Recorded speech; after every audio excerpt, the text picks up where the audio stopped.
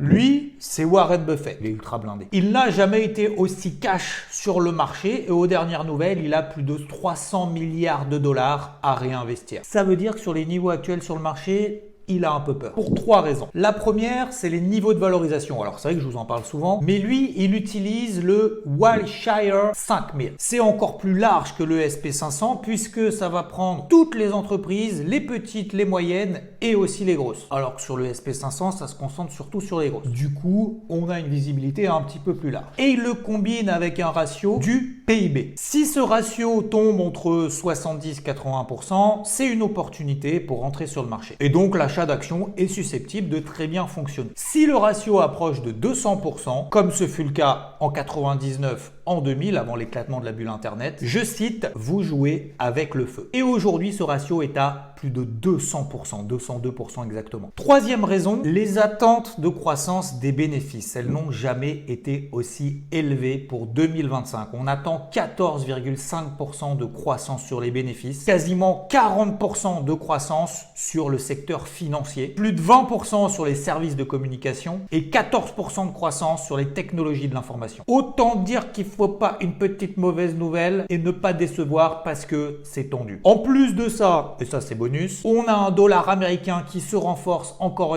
et ça c'est pas bon pour les entreprises multinationales. Les taux d'intérêt sont en hausse, moins de prêts, moins de consommation, moins de croissance et des tarifs douaniers. Pour le moment, c'est une inconnue concernant les importations, surtout avec la Chine. Donc oui, les résultats du quatrième trimestre des entreprises qui vont tomber au cours de ces prochaines semaines seront très importants. Le marché a déjà tout intégré. Alors un petit faux pas et je vous raconte pas.